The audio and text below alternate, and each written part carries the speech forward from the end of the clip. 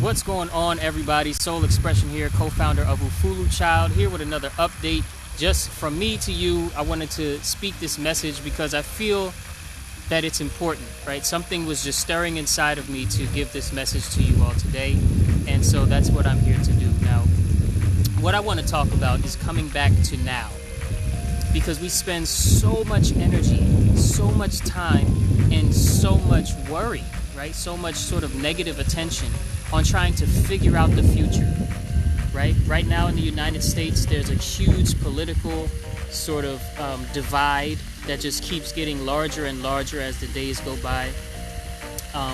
The national election was decided, and you think that the drama would sort of die down, but it seems it's maybe more exploding.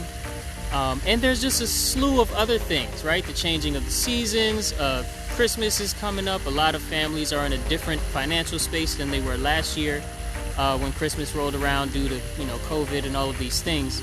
So I just wanted to say that coming back to the now is something that should not be ignored and should definitely be put into your regular thinking habits. Now, the thing about now is, if you really look at what is, right, what really is, what is reality, and what is real right now, you'll never find a problem, right? There's no problems that exist in the right now. And that's not a benefit, that's just an observation. Look around you. There may be things that aren't pleasant to look at, but they're not your problems in terms of your own experience. Your own experience of right now is always peaceful, even if you don't believe it to be. Your experience of right now, right? Not right now plus an emotion that makes you think of memories, that sends you on a certain path of thinking, but just right now, just as is, as you are, and where you are. There's absolutely no problems. And so we have to take a moment sometimes to sort of come back to now. That doesn't mean go to war with your thoughts and try and force your emotions into a positive place or a pleasure-filled space. Of course not. And that's not going to be possible if there's something that really is distressing you at the moment. But coming back to now, even when you're feeling a little distressed, even when you're feeling certain things that aren't necessarily pleasurable, is all about relaxing into the what is. We're not going to give it a name, we're just going to call it the what is.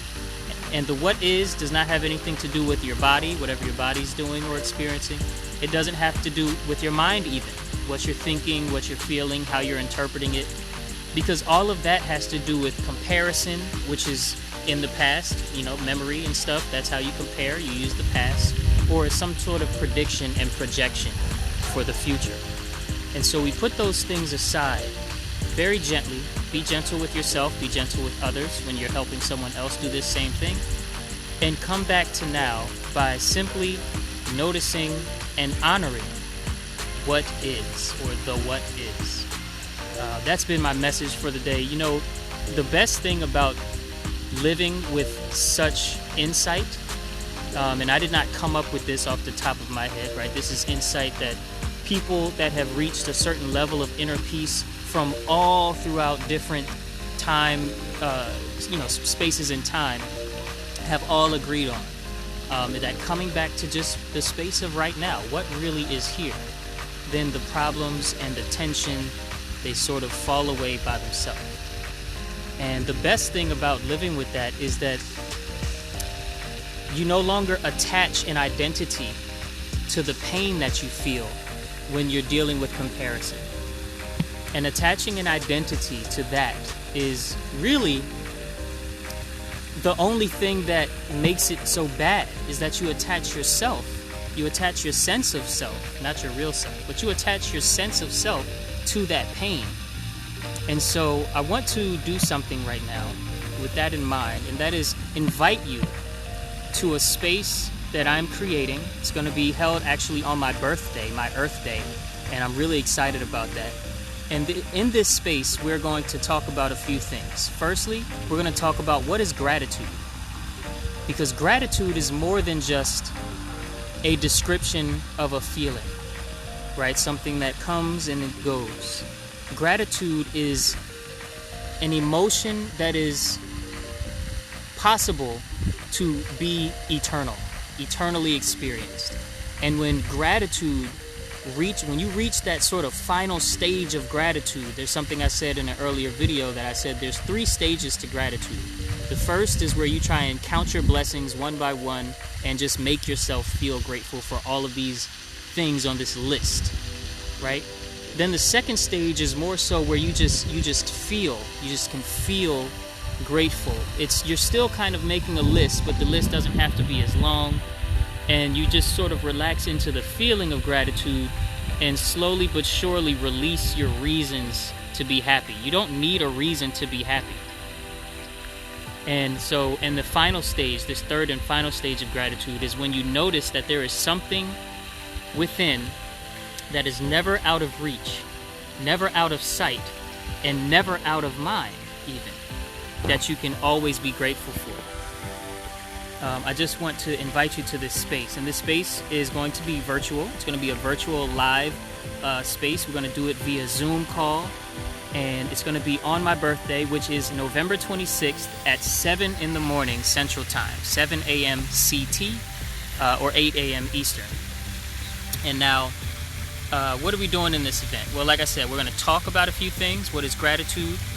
We're also going to talk about the ancestors. We're going to give thanks and praises to whom and where we came from. And last but not least, we're going to become familiar with our true self. I mentioned that a little earlier. Our true self is the self that is not bound by time. It's not bound by circumstance. It doesn't need a reason to just be happy and blissful and to be compassionate. It doesn't use comparison when dealing with another individual. Your true self knows inherently and experientially the truth of God and the truth of the all, or the oneness that lies behind our individual experiences. And so developing a stronger and a real relationship with that higher self, that true self, talking about what is gratitude. We're going to do a gratitude workshop. We're going to meditate together. We're going to have some discussion about the ancestors. And last but not least, we're going to discuss together. We're going to have an open discussion at the end. It's going to be really, really, really great. So I'm extending an invitation to you out there in the world. Go ahead and click the link. It's ufuluchild.com/register. You should see it somewhere on the page. If not, you can just go to the link in our Instagram bio or go to ufuluchild.com/register. Get your ticket now. Tickets are going every day. There's less and less. So make sure you act now and get your ticket or tickets right now, because there's only 100 seats available total. And I really want you to be there, right? Like you, who I'm talking to right now. So I will see you there, hopefully. Again, it's going to be early in the morning. So check it out. My name is Soul Expression, and I'm the co-founder of Ufulu Child. And wishing you peace and love always and always.